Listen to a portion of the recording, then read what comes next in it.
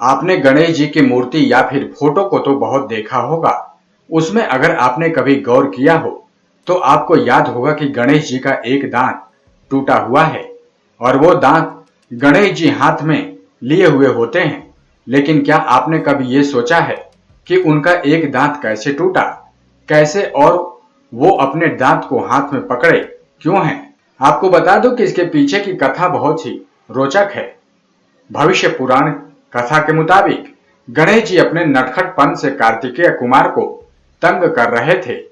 तब कार्तिकेय कुमार गुस्सा होकर गणेश जी का एक दांत तोड़ दिया और जब इस बात को गणेश जी ने महादेव को बताया तो कार्तिकेय ने भी दांत को वापस कर दिया, लेकिन उसके साथ ही साथ एक श्राप दिया कि इस दांत को गणेश जी हमेशा अपने हाथों में पकड़े रहेंगे और अगर अपने से दांत को अलग करेंगे तो भस्म हो जाएंगे। जबकि वहीं दूसरी कथा ये कही जाती है कि एक बार भगवान परशुराम जी जब कैलाश पर्वत गए तो उस समय भगवान शिव ध्यान मुद्रा में थे।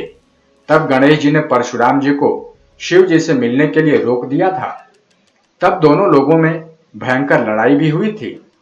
उसी लड़ाई के समय परशुराम जी ने अपने फरसे से गणेश जी का दांत काट दिया था।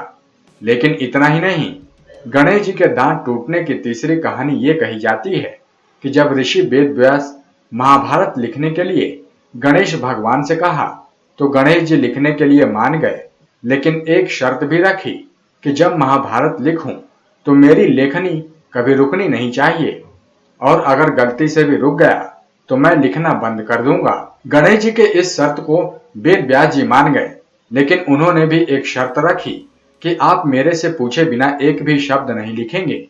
और दोनों के शर्त रखने के बाद गणेश जी ने वेद व्यास से रामायण लिखने को जल्दी लिखने के लिए उन्होंने अपने टूटे हुए दांत को लेखनी बना ली और वेद व्यास जी के चालाकी के कारण गणेश जी को पूरी रामायण लिखनी पड़ी थी।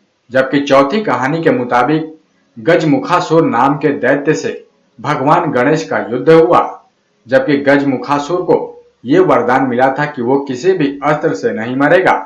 तब उसे मारने के लिए गणेश जी ने अपने दांत को तोड़ा और उस पर प्रहार किया। तब ये सब देखकर वो घबरा गया और मूषक बनकर यानी कि चूहा बनकर भागने लगा।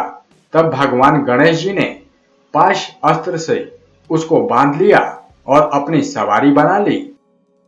नेक्स्ट 9 स्पिरिचुअल से विनीत राय की रिपोर्ट।